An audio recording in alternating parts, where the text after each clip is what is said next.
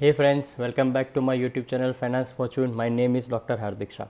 दोस्तों, एक लंबे समय के ब्रेक के बाद एक आईपीओ की सीज़न फिर से शुरू होने जा रही है और सबसे पहला आईपीओ जो लॉन्च होने जा रहा है वो 14 तारीख को लॉन्च होने जा रहा है और उसका नाम है Shyam Metallics and Energy Limited.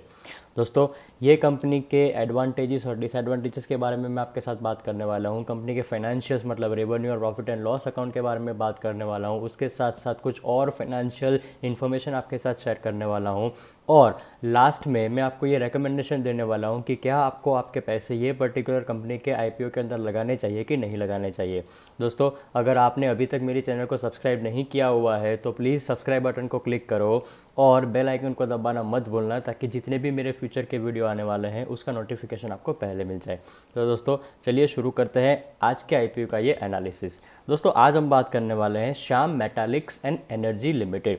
दोस्तों, मैं आपको थोड़ा कंपनी का ओवरव्यू देने की ट्राई कर रहा हूँ। कंपनी की शुरुआत हुई थी 2002 के अंदर।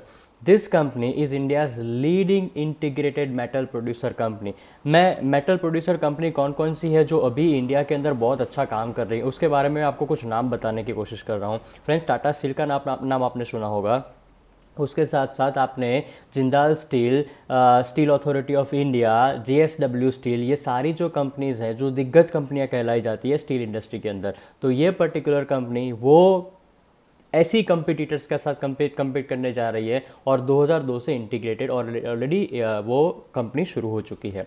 दोस्तों, कुछ और कंपनी के प्रोडक्ट के बारे में बताऊँ आपको तो company is primarily engage in the production of long steel products such as iron pellets, sponge irons, steel billets, TMT, structural products, wire rods and ferro alloys. Friends, company के customers कौन कौन से हैं तो मैं सीधी सिंपल बात करता हूं कि ये कंपनी इंस्टीट्यूशनल कस्टमर्स को भी अपने प्रोडक्ट को बेचती है और एंड यूजर्स मतलब आप और मेरे जैसे जो लोग हैं उनको भी ये लोग कंपनी सप्लाई करती है। The company has a partnership with 42 distributors to offer its product across 13 states and 1 union territories.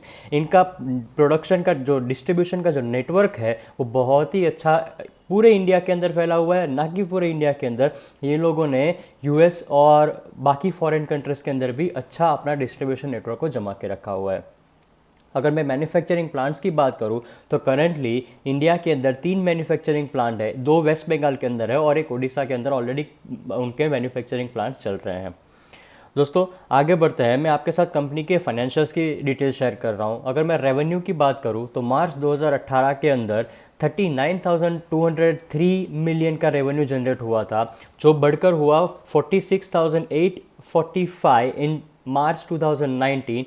मार्च 2020 के डेटा के अंदर 43,953 मिलियन का रेवेन्यू जनरेट हुआ और दिसंबर के अंदर, दिसंबर 2020 तक, क्योंकि लास्ट क्वार्टर का अभी रिजल्ट उनका बाकी है तो हमारे पास वो पूरा डेटा अवेलेबल नहीं है, दैट इज़ वाई दिसंबर 2020 तक 39,956.32 मिलियन का रेवेन्यू जनरेट हुआ है। मतलब आप देख सकते हो कि रेवेन्यू के अंदर ना आपको उतना कुछ ज़्यादा ग्रोथ देखने को मिल रहा है, मतलब एक स्टेडी कंटिन्यू रेवेन्यू उनका जनरेट होता ऑलरेडी होता रहा है।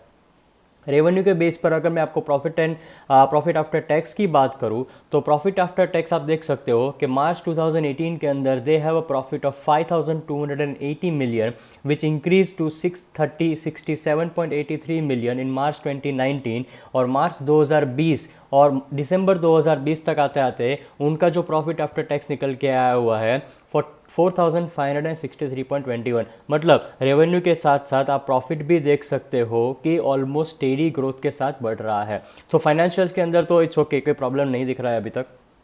अगर मैं कुछ और फाइनेंशियल डिटेल की बात करूं तो जो कंपनी ने जो प्राइस बैंड रखा हुआ है उसका जो अपर प्राइस बैंड है वो 306 रुपये का है और ये 306 रुपये के प्राइस के ऊपर जो पी रेशो निकल के आ रहा है वो 21 टाइम्स निकल के आ रहा है। एंड अगर मैं इंडस्ट्री पी के साथ कंपैरिजन करने जाऊं, जैसे मैंने आपको बोला कि इंडस्ट्री के अंदर टाटा स्टील है, जिंदाल स्टील है, जेएसडब्ल्यू स्टील है, स्टील अथॉरिटी ऑफ इंडिया है, so this are the companies who are already competing with in the industry. So अगर इंडस्ट्री पी की बात करूं तो 52.68 टाइम्स का इंडस्ट्री पी निकल के आ रहा है। सो अगर पी रेशियो के बेस पर अगर मैं कंपेरिजन करने जाऊँ तो ये पर्टिकुलर कंपनी आपको कुछ सस्ते में शेयर्स दे रही है as per the industry P ratio.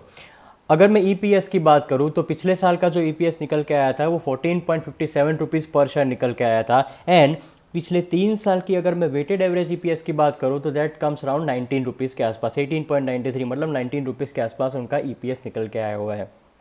अगर मैं नेटवर्थ की बात करूं, रिटर्न ऑन नेटवर्थ की बात करूं, तो पिछले साल 12% के आसपास का रिटर्न ऑन नेटवर्थ आया था, and from last 3 years weighted average return on net worth उनका कुछ 18% के आसपास है। सो ग्रोथ अच्छा दिख रहा है। रिटर्न ऑन नेटवर्थ आपको कुछ 12, 15, 17, 18% के आसपास दिख रहा है। ईपीएस मुझे तो लग रहा है कि और आराम से जनरेट हो रहा है। 18 रुपये का ईपीएस आपको पिछले 3 साल के अंदर मिला हुआ है, that is not bad thing.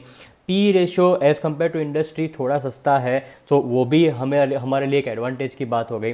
So friends, ये हो गया फाइनेंशियल्स के बारे में। अब मैं बताने जा रहा हूँ कि कंपटीटर्स के पी रेशो और कंपटीटर के ईपीएस के बारे में। जैसे मैंने बताया कि टाटा स्टील, सो टाटा स्टील का करंट पी रेशो है 89, which is highest in the industry. अगर आप पूरी इंडस्ट्री, स्टील इंडस्ट्री की बात करो तो स्टील इंडस्ट्री के अंदर हाईएस्ट टाटा स्टील का है, विच इज़ 89.76, और ईपीएस निकल के आया है 11.86।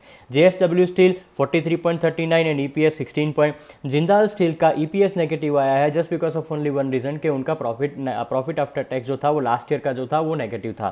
Steel Authority of India EPS is only 5, मतलब ईपीएस की कंपैरिजन करने जाए तो कंपटीटर्स के कंपैरिजन में ये पर्टिकुलर कंपनी श्याम मेटालिक्स आपको अच्छा ईपीएस दे रही है, और पी रेशियो भी उनका ठीक ठाक है। दोस्तों, आईपीओ की डिटेल में आपके साथ शेयर करने की कोशिश कर रहा हूँ। आईपीओ ओपन होने जा रहा है 14 तारीख को, that is tomorrow only, Monday कल है, कल 14 तारीख है, राइट। तो आईपीओ ओपनिंग डेट 14 से, आईपीओ क्लोजिंग डेट 3 दिन ओपन रहने वाला है, 16 को क्लोज होने वाला है। ये एक बुक बिल्डिंग आईपीओ है, फेस वैल्यू 10 रुपये रखी है। आईपीओ की जो प्राइस है वो प्राइस लोअर बैंड और अपर बैंड 303 से लेकर 306 रुपये तक की प्राइस रखी है। मतलब आपको जब भी अप्लाई करना है, लोग मुझे पूछते हैं कि आईपीओ मेरे को लग नहीं रहे। फ्रेंड्स, आपको अगर आईपीओ लगने के चांसेस अपने बढ़ाने हैं तो आपको कंपलसरी 306 रुपये के अपर बैंड पर ही, कट ऑफ प्राइस पर ही आपको अपना बीड लगाना है। जब आपको अलॉटमेंट होगा तो आपको आपके डीमेट अकाउंट के अंदर 45 शेयर्स का अलॉटमेंट होगा।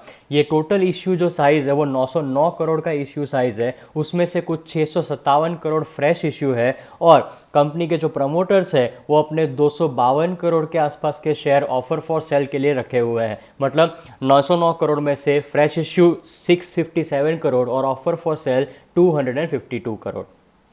दोस्तों, कुछ एडवांटेजेस और डिसएडवांटेजेस की बात करते हैं। एडवांटेजेस के अंदर मैं आपको पहले बता रहा हूं कि it is a leading integrated metal producer in India, strategically located manufacturing plants with the robust infrastructure. जैसे बोला कि 3 अलग अलग जगह पर उनके मैन्युफैक्चरिंग प्लांट है।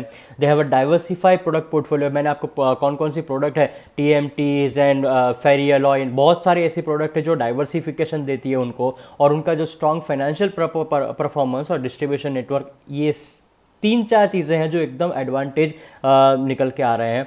अगर मैं कुछ डिसएडवांटेजेस की बात करूं तो the demand and pricing in the steel industry is volatile and are sensitive to the cyclical nature of the industry itself. जो इंडस्ट्री के अंदर ये पर्टिकुलर कंपनी काम कर रही है वहाँ पर डिमांड और प्राइसिंग बहुत वॉलेटाइल रहती है, सेंसिटिव होता है। साइक्लिकल मतलब कुछ सीजन के अंदर आपको बहुत अच्छा पीक देखने को मिलेगा, कुछ सीजन के अंदर आपको एकदम स्लैक पीरियड दिखेगा।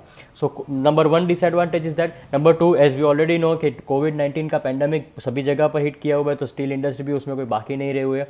Steel industry is characterised by volatility in prices of raw material. जो कंपनी रॉ मटेरियल खरीदते हैं, राइट, उनकी प्राइसेस के अंदर भी, सप्लायर से उनको भी जो प्राइसेस मिलती है वो बहुत ही फ्लक्चुएशन होता है। So that can also adversely effect the profitability of the company, and restriction on import of raw material and increase in shipment cost may adversely effect the business and result of the operation. मतलब कुछ ऐसा बड़े disadvantages नहीं है। हाँ, खाली हम बोल सकते हैं कि कुछ ना कुछ कहीं ना कहीं इन लोगों को प्राइसिंग और रॉ मटेरियल और वॉलेटिलिटी और डिमांड के ऊपर कहीं ना कहीं इन लोगों को डिसएडवांटेजेस फेस हो रहा है। दोस्तों, अब सबसे बड़ा सवाल, क्या आपको आपके पैसे ये पर्टिकुलर कंपनी के अंदर इन्वेस्ट करने चाहिए कि नहीं करने चाहिए? दोस्तों, फाइनेंशियल्स के अंदर प्रॉब्लम नहीं है, मैंने आपके साथ ऑलरेडी बात कर लिया। P ratio, EPS, return on net worth, ये सारी चीज़ों के बाद बात करने के बाद मैं आपको एक सिंपल रिकमेंडेशन दे सकता हूँ कि अगर आपको आपके पैसे लगाने हैं तो आप अपने पैसे यहाँ पर ये पर्टिकुलर कंपनी के आईपीओ के अंदर लगाओ, कोई प्रॉब्लम नहीं होगा, अच्छा खासा आपको रिटर्न देखने को मिलेगा। As of now market condition को हम इग्नोर नहीं कर सकते हैं, मार्केट एकदम टॉप पर चल रहा है। अगर यही चीज़ जो आगे बढ़कर ये महीने के एंड तक भी चलती रही, जून महीना ऐसा निकलता रहा, तो आपको अच्छा खासा रिटर्न देखने को मिल सकता है। बट कई बार बहुत लोग मुझे बोलते हैं कि आपने तो रिकमेंडेशन दिया था, जैसे मैं आपको बोलूँ कि अनुपम रसायन के अंदर मैंने रिकमेंडेशन दिया था कि आप अपने पैसे डालो, बट लिस्टिंग डे के ऊपर वो नेगेटिव ओपन हो गया, and many people asking me कि यार आपने तो अच्छा रिकमेंडेशन दिया था, नहीं हुआ। बट फ्रेंड्स, वो मार्केट कंडीशन के ऊपर भी डिपेंड करता है। मैं रिकमेंडेशन अनुपम रसायन में पॉजिटिव ही दिया था, और उसके बाद कुछ ही दिनों के बाद आप देख सकते हो कि ट्रेंड रिवर्सल हो गया, और आज अनुपम रसायन आपको कुछ आराम से 40-45% का रिटर्न तो दे ही रहा है।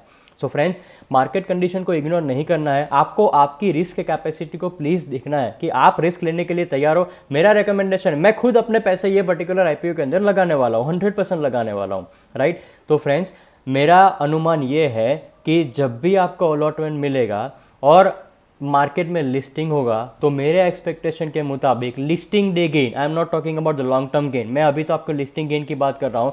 लिस्टिंग गेन के ऊपर आपको कुछ 25 से 30% का मुनाफा प्रॉफिट होने के चांसेस है, and that is not bad. 25 से 30%, आपको 30% मिल रहा है, मतलब विद इन 15 डेज और विद इन 12 डेज, सो वो उसमें कुछ बुराई नहीं है। सो मेरा रिकमेंडेशन यही है कि आप अपने पैसे ये पर्टिकुलर आईपीओ के अंदर लगाओ, लिस्टिंग डे के लिए आपको अच्छा गेन मिल सकता है। फ्रेंड्स, अगर आपने आप ये मेरा वीडियो अपने फ्रेंड्स के साथ शेयर करते हो तो प्लीज़ करते रहना, क्योंकि उनको भी पता चले कि उनको अपने पैसे या आईपीओ के अंदर लगाने हैं कि नहीं लगाने हैं। Friends, thank you for watching my video, thank you so much, thank you.